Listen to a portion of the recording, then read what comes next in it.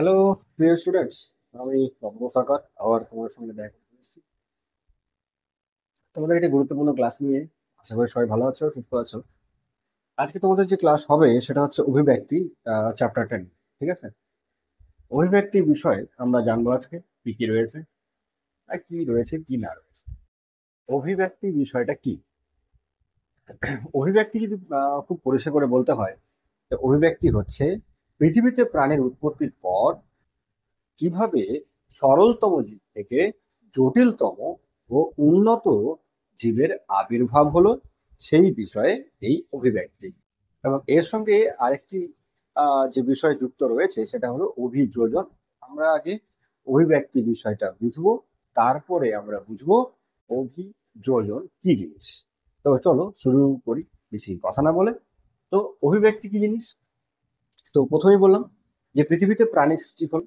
পৃথিবীতে প্রাণীর সৃষ্টি হলো, সেটা কিভাবে হলো সেই একটা বিষয়, সেই একটা ধারণা।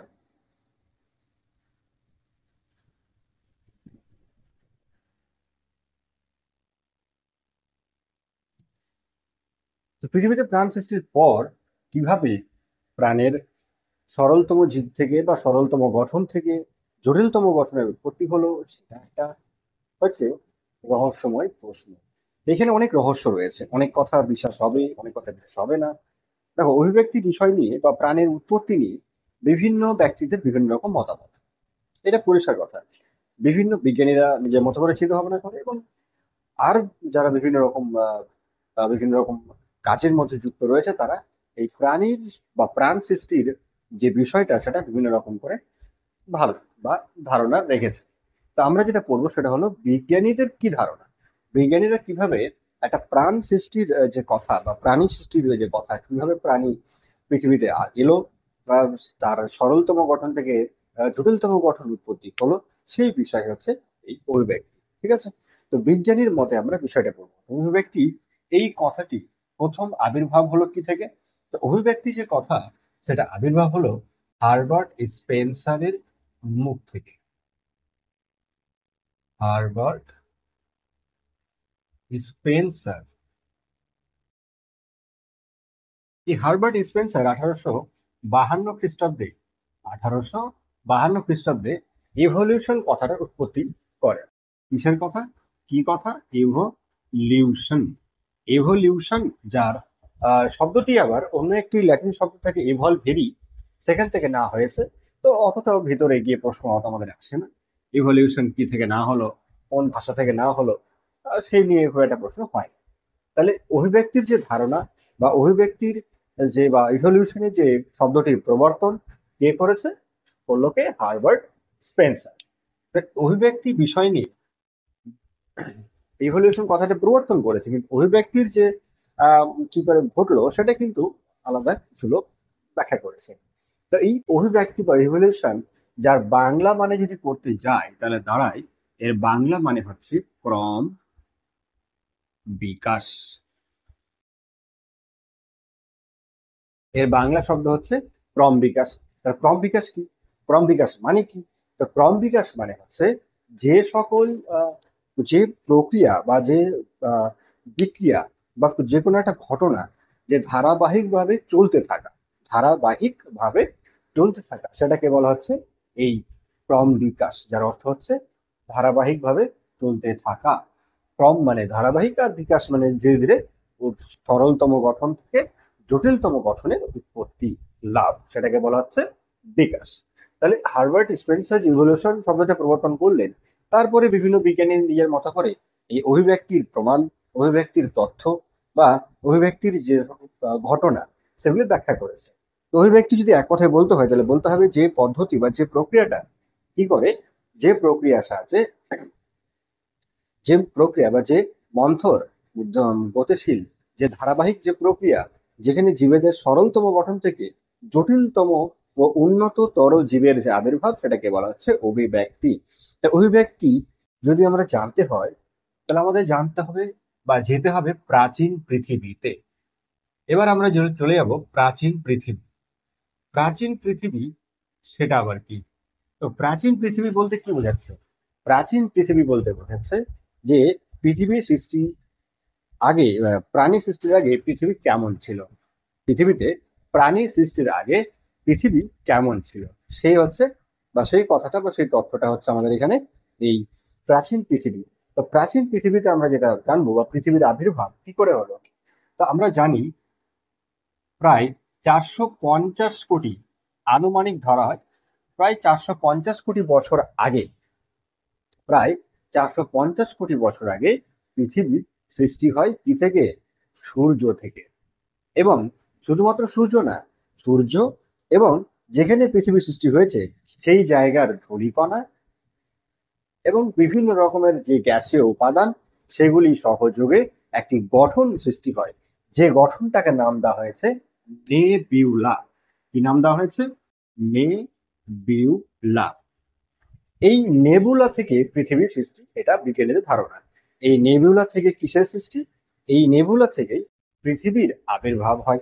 তবে পৃথিবী যখন আবির্ভাব হলো তখন এই পৃথিবীর বাইরে যে টেম্পারেচার সেটা ছিল 5,000 থেকে 6,000 ডিগ্রি সেলসিয়াস।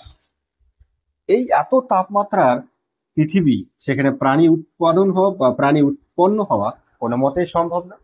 তাই পৃথিবী ধীরে ধীরে ঠান্ডা হতে শুরু করে। কোটি কোটি বছর অতিবাহিত হওয়ার পর পৃথিবী ধীরে ধীরে ঠান্ডা হলো। যখন পৃথিবীর উষ্ণতা দাঁড়ালো, যখন পৃথিবীর উষ্ণতা দাঁড়ালো 1,000 ডিগ্রি সেলসিয়াস, তখন পৃথিবীতে কি হলো, জলরাশি হলো, বিভিন্ন রকমের গ্যাসীয় উপাদান সৃষ্টি হলো, জলরাশি তৈরি হলো এবং দেখা গেল জলচক্র অর্থাৎ জল বৃষ্টিপাত, এই সকল ঘটনা ধীরে ধীরে শুরু হলো। তখন এই পৃথিবীতে তৈরি হলো বিভিন্ন রাসায়নিক উপাদান, যার মধ্যে ছিল হাইড্রোজেন, যার মধ্যে ছিল কার্বন ডাই অক্সাইড, যার মধ্যে ছিল জলীয় বাষ্প, এরকম ভাবে যার মধ্যে ছিল মিথেন, অ্যাসিটিলিন, যার মধ্যে ছিল ইথিলিন। এই বিভিন্ন প্রকারের রাসায়নিক উপাদানগুলি সৃষ্টি হলো আদিম পৃথিবীতে। সৃষ্টি হওয়ার পর এই উপাদানগুলি একে অপরের সাথে বিক্রিয়া ঘটাতে শুরু করে। শুধু একে অপর না, যে কার্বন, হাইড্রোজেন, অক্সিজেন উপাদান তৈরি হলো, এরা একে অপরের সাথে বিক্রিয়া ঘটাতে শুরু করে। আর বিক্রিয়া ঘটাতে ঘটাতে তৈরি করে জীবের কোষ, বা একটা জীবের কোষে যা যা উপাদান দরকার সেই উপাদানগুলি সৃষ্টি করে ফেলে। তাহলে এই যে এতগুলো ঘটনা, এতগুলো তথ্য, যেখানে বিভিন্ন রাসায়নিক উপাদান তৈরি হলো এবং সেই রাসায়নিক উপাদানগুলি অতি বেগুনি রশ্মি, আল্ট্রাভায়োলেট রে, এবং অতি বেগুনি রশ্মি এবং হচ্ছে বজ্রপাতের কারণে এদের বিক্রিয়া, এদের মধ্যে বা এদের পরস্পরের সঙ্গে বিক্রিয়া ঘটে। কাদের জন্য ঘটে, বজ্রপাতের জন্য ঘটে, আর ইউভি রশ্মির জন্য ঘটে, আর মহাজাগতিক রশ্মির জন্য ঘটে। মহাজাগতিক যে পৃথিবীতে অতিবেগুনি রশ্মি, সূর্য থেকে যে অতিবেগুনি আলো আসে সেখান থেকে যে অতিবেগুনি রশ্মি পায়, সেই অতিবেগুনি রশ্মির কারণে বিক্রিয়া ঘটে।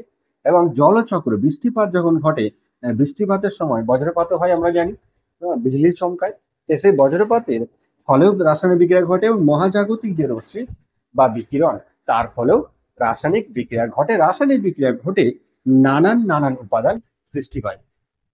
এই যে নানান রকম উপাদান তৈরি হলো বা তৈরি হয়, তার ফলে তৈরি হচ্ছে প্রাণের। ঠিক আছে, তাহলে এই হলো আমাদের প্রাচীন পৃথিবী, যেখানে পৃথিবী কি করে তৈরি হলো, কখন তৈরি হলো, এবং পৃথিবীতে কোন কোন উপাদানগুলি সৃষ্টি হলো প্রথম দিকে।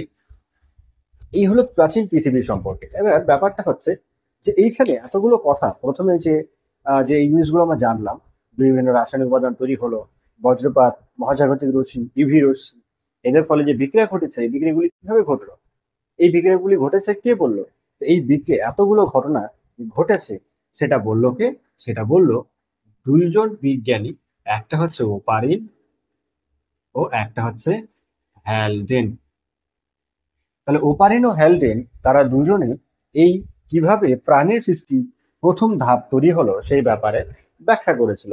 তো প্রাণী সৃষ্টির বা কোষ, একটি কোষ সৃষ্টির যে কথা এই কারা বললো প্রথমে, সেটা হচ্ছে ওপারিন ও হ্যালডেন।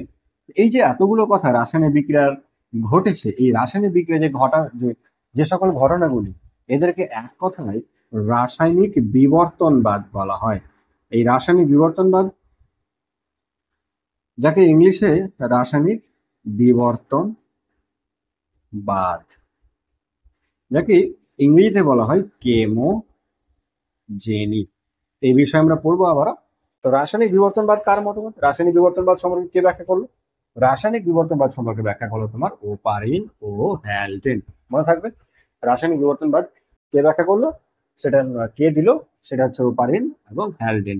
এবং প্রাচীন পৃথিবীতে যে রাসায়নিক বিক্রিয়াগুলি ঘটছিল, রাসায়নিক বিক্রিয়াগুলি যে ঘটেছিল বা ঘটছিল, সেই সময় মনে রাখবে, সেই সময় N2 মুক্ত অবস্থায় O2 মুক্ত অবস্থায় ছিল না। N2 এই অক্সিজেন মুক্ত অবস্থায় ছিল না, মুক্ত অবস্থায় মনে রাখবে। মুক্ত মানে কি? একা। অক্সিজেন, দুই পরমাণু যুক্ত অক্সিজেন তখন বাতাস ছিল না। এটাও বলতে পারে যে প্রাণী সৃষ্টির সময় দ্বি পরমাণু যুক্ত অক্সিজেন বাতাসে অনুপস্থিত ছিল বা প্রাচীন পৃথিবীতে অনুপস্থিত ছিল। ঠিক না ভুল? তাহলে অবশ্যই সেটা হয়ে যাবে ঠিক। অনুপস্থিত ছিল, অর্থাৎ দুইটি পরমাণু যুক্ত অক্সিজেন সেই সময় উৎপন্ন হয়নি। তবে জলের মধ্যে অক্সিজেন রয়েছে, সেখানে একটাই মাত্র পরমাণু নিয়ে গঠিত। এই জিনিসটা আমাদের একটু খেয়াল রাখতে হবে।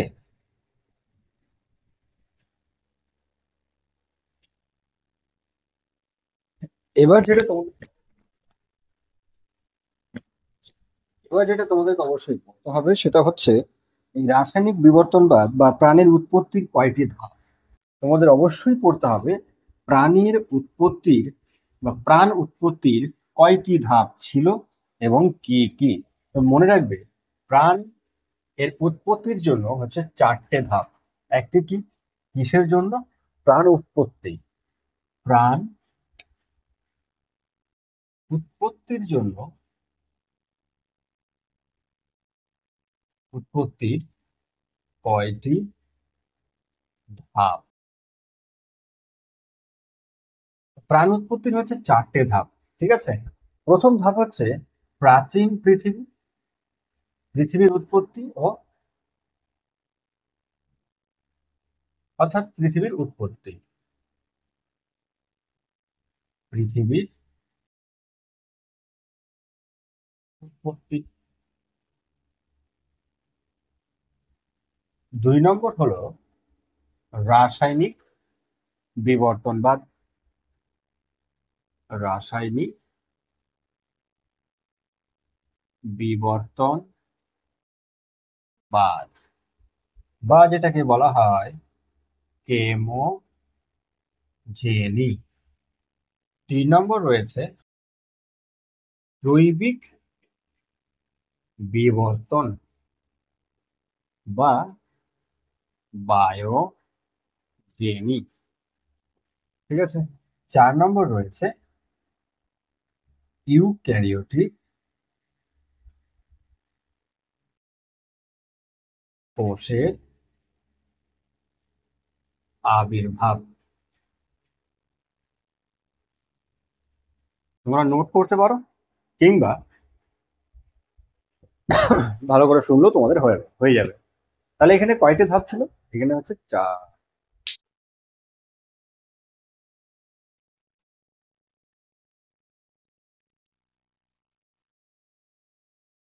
তাহলে তোমাদেরকে বললাম যে প্রাণ উৎপত্তির জন্য কয়টি ধাপ রয়েছে? 4টে ধাপ অবশ্যই করতে হবে তোমাদেরকে।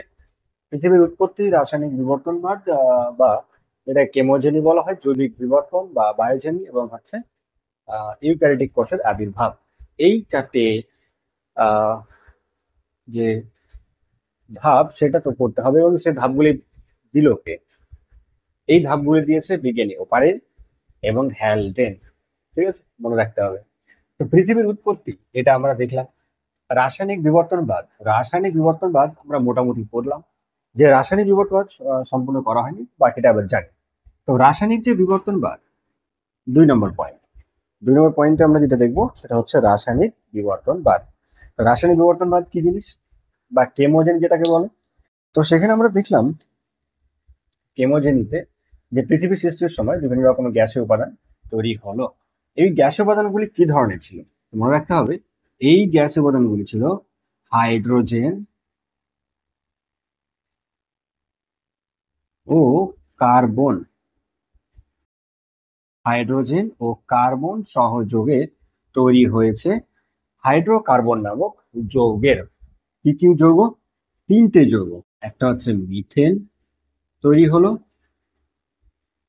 তার সঙ্গে তৈরি হলো অ্যাসিটিলিন, তার সাথে তৈরি হলো ইথিলিন। এই তিন ধরনের উপাদান তৈরি হলো প্রথম। এই তিন ধরনের উপাদান বিভিন্ন রকম উপাদানের সঙ্গে আবার বিক্রিয়া ঘটে, অর্থাৎ এরপরে যে carbon, methane, acetylene, aldehyde, ethylene, এই সকল উপাদানগুলি আবার বিক্রিয়া ঘটাতে শুরু করে কার্বনদের সঙ্গে, অক্সিজেনদের সঙ্গে, হাইড্রোজেনদের সঙ্গে। বিভিন্ন রকম জটিল যৌগ ধীরে ধীরে উৎপত্তি হবে। তো প্রথমে এই উপাদানগুলির সঙ্গে বিক্রিয়া ঘটলো, বিক্রিয়া ঘটে তৈরি হলো অ্যালডিহাইড নামক যৌগের অ্যালডিহাইড। তারপরে যেটা তৈরি হলো অ্যালডিহাইড নামক যৌগের কিটোন নামক যৌগের, এবং এইখান থেকেই শর্করার উৎপত্তি হতে শুরু করে, শর্করার সৃষ্টি হতে শুরু করে।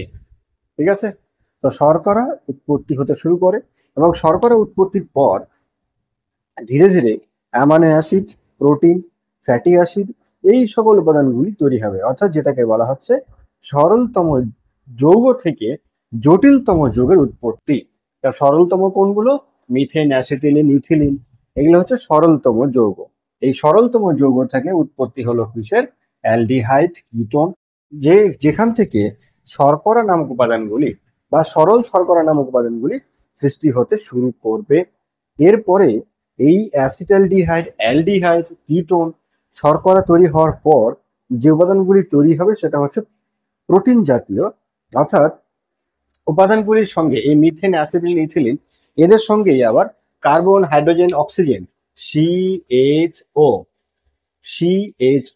এই সকল উপাদান যুক্ত হয়ে তৈরি হলো বিভিন্ন রকমের অ্যাসিড জাতীয় উপাদান, যার মধ্যে রয়েছে amino acid, fatty acid, purine, pyrimidine. এই amino acid, fatty acid, purine, pyrimidine যদি একটু ভালো করে দেখো, তাহলে এই চারটে যে উপাদান কোথায় থাকে? পিউরিন, পিরিমিডিন, এই সকল উপাদানগুলি কোষে বা ডিএনএ, আরএনএ তে কিন্তু পাওয়া যায়।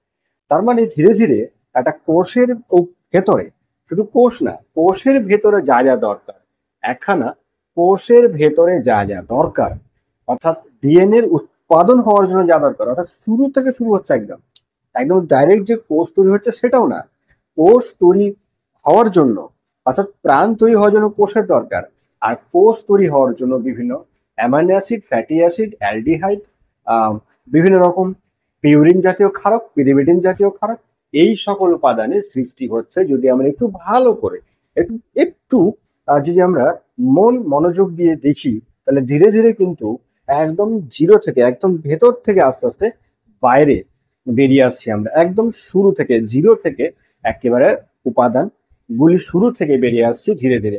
তাহলে কোষ তৈরি হওয়ার জন্য প্রথমত প্রাণ সৃষ্টি হওয়ার জন্য পড়ছি আমরা, প্রাণের ভেতরে আমরা যেটা পড়তে গেলাম সেটা হচ্ছে কোষ ব্যাপারে। এবার কোষের ভেতরে বলছে যে না, পিউরিন, পিরিমিডিন, অর্থাৎ একটা কোষের ভিতরে বা একটা নিউক্লিয়াসের ভেতরে যে উপাদান থাকে সবচেয়ে গুরুত্বপূর্ণ, সেটা হচ্ছে ডিএনএ, আরএনএ। তো সেই ডিএনএ, আরএনএ গুলি তৈরি হতে শুরু করলো। ডিএনএ, আরএনএ তৈরি হওয়ার জন্য যেটা দরকার সেটা হচ্ছে বিভিন্ন প্রকার amino acid, fatty acid, purine, pyrimidine, অর্থাৎ নিউক্লিওটাইড, নিউক্লিওসাইড, নিউক্লিক অ্যাসিড, এই সকল উপাদানগুলি তৈরি হওয়াটা খুব দরকার বা তৈরি হতে শুরু করলো। এই যে জটিল যৌগ তৈরি হলো, অর্থাৎ এই উপাদানগুলি থেকে এবার জটিল যৌগের তৈরি হবে, অর্থাৎ এই যে অ্যামাইনো অ্যাসিড, ফ্যাটি অ্যাসিড পেলাম আর পিউরিন, পিরিমিডিন জাতীয় উপাদান পেলাম, এবার এই উপাদানগুলোকে সরল যৌগের মধ্যে রাখা হয়েছে। তো এই উপাদানগুলি যুক্ত হয়ে তৈরি হতে শুরু হলো জটিল শর্করা। সরল শর্করা থেকে তৈরি হলো জটিল শর্করা। অ্যামাইনো অ্যাসিড তো রয়েছেই, তার সাথে কিছু অ্যামাইনো অ্যাসিড যুক্ত হয়ে তৈরি করলো কিসের? প্রোটিনের। কিসের তৈরি হচ্ছে? প্রোটিনের। আর এই সকল যত রকমের যে প্রক্রিয়া ঘটছে, এই প্রক্রিয়াগুলো ঘটছে কিন্তু এখন পৃথিবীর ওপরে যে জলরাশি রয়েছে সেই জলরাশির মধ্যে, অর্থাৎ সমুদ্রের, এখন শুধুমাত্র জলরাশি বলতে সমুদ্রকে বোঝাচ্ছে, সমুদ্রের মধ্যে তৈরি হচ্ছে। আর এই যে বিক্রিয়াগুলি ঘটছে না, এই বিক্রিয়াগুলি ঘটার জন্য বা অক্সিজেন অনুপস্থিত থাকার জন্য এই যে পৃথিবীর বিক্রিয়াগুলিকে বা পৃথিবীর পরিবেশে যে বিক্রিয়াগুলি ঘটতো সেই জন্য পৃথিবীর পরিবেশটাকে নাম দেওয়া হয়েছে বিজারকধর্মী। কি নাম দেওয়া হয়েছে? বিজারকধর্মী পরিবেশ ছিল সেই সময় পৃথিবীর। এটা একটা মনে রাখবে। আর একটা যেটা মনে রাখতে বলেছিলাম সেটা হলো মুক্ত অক্সিজেন ছিল না, অনুপস্থিত ছিল, অর্থাৎ মুক্ত অক্সিজেন অনুপস্থিত ছিল প্রাচীন পৃথিবীতে। চলে আসে এবার আগের জিনিসে। জটিল শর্করা, প্রোটিন তৈরি হলো, ফ্যাট, ফ্যাটি অ্যাসিড মিলে তৈরি হয় ফ্যাটের, মনে রাখবে এটা, এগুলো ক্লাস 9-এর বিষয়। সরল শর্করাগুলি যুক্ত হয়ে তৈরি করে জটিল শর্করা, অ্যামাইনো অ্যাসিড দিয়ে যুক্ত হয়ে তৈরি, অ্যামাইনো অ্যাসিড যে পলিপেপটাইড শৃঙ্খল সেখান থেকে তৈরি করে প্রোটিনের, ফ্যাটের যে পলিপেপটাইড শৃঙ্খল সেখান থেকে ফ্যাটি অ্যাসিড থেকে ফ্যাট হয়। এরকমই অ্যামাইনো অ্যাসিড থাকলেও কিছু কিছু কিছু কিছু ফ্যাটি অ্যাসিড থাকলো, পিউরিন যে ক্ষারক রয়েছে সেটাও থাকলো, পিরিমিডিন যে ক্ষারক রয়েছে সেটাও থাকলো, এবং এ সকল কিছু যুক্ত হয়ে তৈরি করলো নিউক্লিওটাইড এর। এই যে উপাদানগুলি তৈরি হলো না, এই উপাদানগুলি তৈরি হলো কোথায়? সমুদ্রের সমুদ্রের জলে। উপাদানগুলি কোথায় তৈরি হলো? সমুদ্রের জলে। এই আরো বিভিন্ন রকম উপাদানগুলি যুক্ত হয়ে বিভিন্ন রকম উপাদানগুলি যুক্ত হয়ে বা সমুদ্রের জলে মিশে যে দ্রবণ তৈরি করলো সেই দ্রবণটাকে নাম দেওয়া হলো গরম তরল সুপ। সমুদ্রের জলে বিভিন্ন রকম যে উপাদানগুলি লিখে নিতে হবে, বিভিন্ন রকম উপাদান যুক্ত হয়ে যে দ্রবণ তৈরি করলো সেটাকে বলা হলো বা নাম দেওয়া হলো গরম তরল সুপ বা হট ডাইলুট সুপ। ঠিক আছে, তাই গরম তরল স্যুপটা কি তাহলে? সমুদ্রের জলে বিভিন্ন রকম যে জটিল যৌগের মধ্যে রয়েছে জটিল শর্করা, protein, fat, purine, pyrimidine, nucleotide, aldehyde, ketone, এই যে এত রকম বা বিভিন্ন রকম যে উপাদানগুলি সেগুলো কোথায় মিশলো? সমুদ্রের জলে। আর সমুদ্রের জলে মিশে যে দ্রবণ তৈরি করলো সেই দ্রবণটাকে নাম দেওয়া হলো গরম তরল স্যুপ বা হট ডাইলুট স্যুপ। ঠিক আছে, এই হট ডাইলুট স্যুপ এর পরে যে ঘটনা সেটা হচ্ছে হট ডাইলুট স্যুপ থেকে বিভিন্ন উপাদানগুলি এবার পৃথক হতে শুরু করবে। ওপারিন হ্যালডেনের মতেই ওপারিন হ্যালডেন ঠিক এই কথাগুলো এইভাবেই সে ব্যাখ্যা করলো যে ওপারিন এবার এখানে বলছে আলাদা করে যে এই গরম তরল স্যুপ থেকে সমুদ্রের জলে যে মিশে থাকা গরম তরল স্যুপ, এই গরম তরল স্যুপের মধ্যে প্রোটিন উপাদানগুলি আলাদা হতে শুরু করে। প্রোটিন উপাদানগুলি আলাদা হয়ে একটি দ্রবণ তৈরি করে, যে দ্রবণটাকে নাম দেওয়া হলো কোলয়েড জাতীয় দ্রবণ। তাহলে প্রোটিন উপাদানগুলি যুক্ত হয়ে বা প্রোটিন উপাদানগুলি সহযোগে একটি দ্রবণ তৈরি করে, সেটাকে নাম দেওয়া হলো কোলয়েড জাতীয় দ্রবণ। এই কোলয়েড জাতীয় দ্রবণ থেকেই নাকি ওপারিন বলছে এই কোলয়েড জাতীয় দ্রবণ থেকেই বা কোলয়েড জাতীয় দ্রবণ যে প্রোটিন এবং কিছু শর্করা এবং কিছু ফ্যাট দিয়ে তৈরি হলো কিসের? একখানা কোষ বা জীবকোষ। ঠিক আছে, এই কোলয়েড জাতীয় দ্রবণের মধ্যে কি ছিল মুখ্যত? সেটা হচ্ছে প্রোটিন। ঠিক আছে, এবং এই প্রোটিন ছাড়া, এবং যদি বলতে হয় প্রোটিন ছাড়া, প্রোটিন ম্যাক্সিমাম উপাদান, তো প্রোটিন ছাড়া এর মধ্যে কিছু কিছু পরিমাণ পাওয়া গেল শর্করা অর্থাৎ কার্বোহাইড্রেট, আর কিছু পরিমাণ পাওয়া গেল ফ্যাট। আর এর বাইরে ওপারিনের মতে এর বাইরে একটি আস্তরণ তৈরি হলো, অর্থাৎ প্রোটিনের ফ্যাটের একটি আস্তরণ। ঠিক আছে, যেটাকে দ্বিস্তর লিপিড যুক্ত একটা আস্তরণ নাম দেওয়া হলো। তাহলে ওপারিন যে কোলয়েড জাতীয় দ্রবণ তৈরি করার মাধ্যমে যে একটি কোষ তৈরি করলো সেই কোষটাকে নাম রেখে দিল, কি নাম দিল? কোয়া সারভেট। যে নাম রাখলো কিসের? কোয়া সারভেট। এই কোয়া সারভেটটাই হচ্ছে ওপারিনের মতে প্রথম একটি কোষ বা কোষীয় জীব, অর্থাৎ এই ধরনের কোষ থেকেই নতুন প্রাণের সৃষ্টি হলো। তবে এখানে কিন্তু থেমে থাকছে না, এরপরে আর একজন বিজ্ঞানী আসছে যার নাম হচ্ছে বিজ্ঞানী ফক্স। ওপারেনের অনেক সময় পর তো ফক্স এবার এসে কি বলছে, তো ফক্স এসে বলছে শুধু প্রোটিন ছিল না, এই যে গরম তরল স্যুপ থেকে শুধুমাত্র যে প্রোটিন আলাদা হয়েছিল সেটা কিন্তু নয়, প্রোটিনের পাশাপাশি প্রোটিনের পাশাপাশি লিপিড, ঠিক আছে, নিউক্লিওটাইড, লিপিড অর্থাৎ ফ্যাট এবং নিউক্লিওটাইড এর সঙ্গে যুক্ত হয়ে এবং বাইরে লিপিড বা ফ্যাটের একটা আস্তরণ তৈরি করলো, ফ্যাটের একটা কি হয়েছে আস্তরণ বা বাইরে একটি আবরণ তৈরি করে। এই আবরণটা ফ্যাট দিয়ে তৈরি, ম্যাক্সিমাম কি দিয়ে তৈরি, ফ্যাট দিয়ে তৈরি।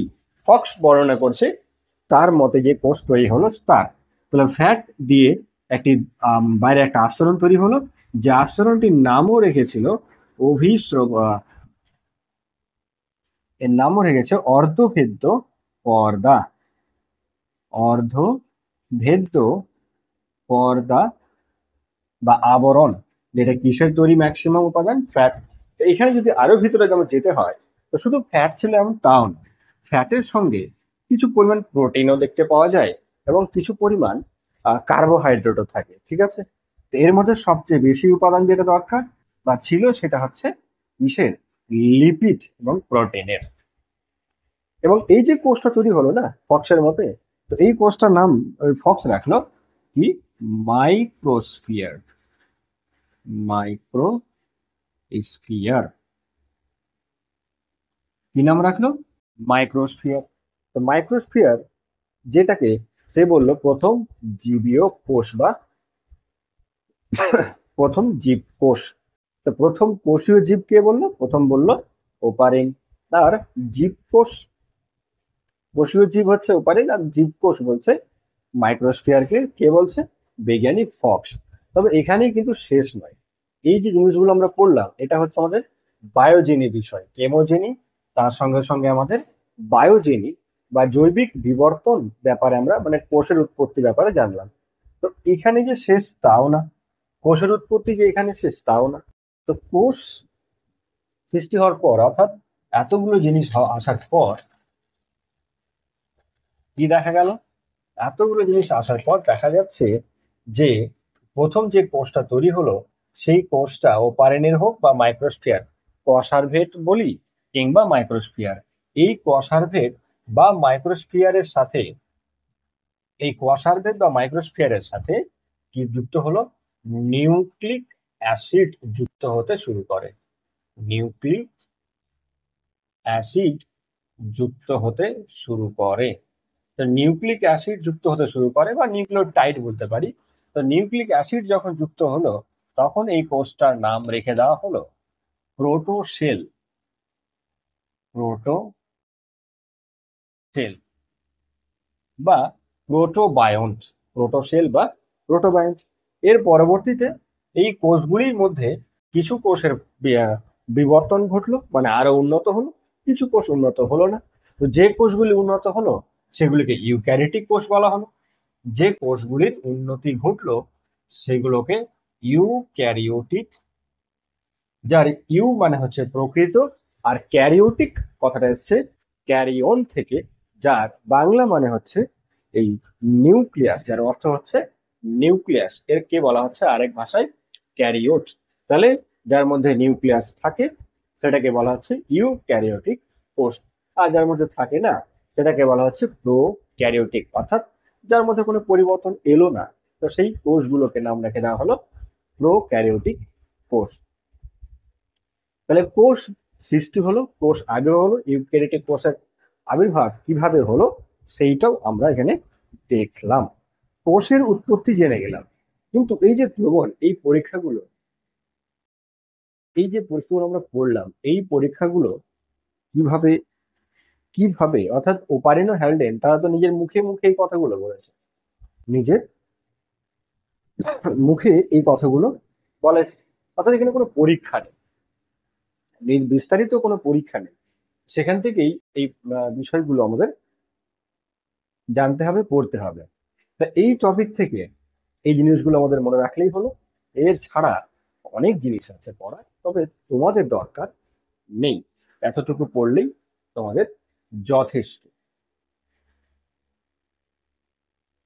তো নতুন নতুন যে জিনিসগুলো রয়েছে সেগুলো কিন্তু অবশ্যই দেখে নেবে, ঠিক আছে?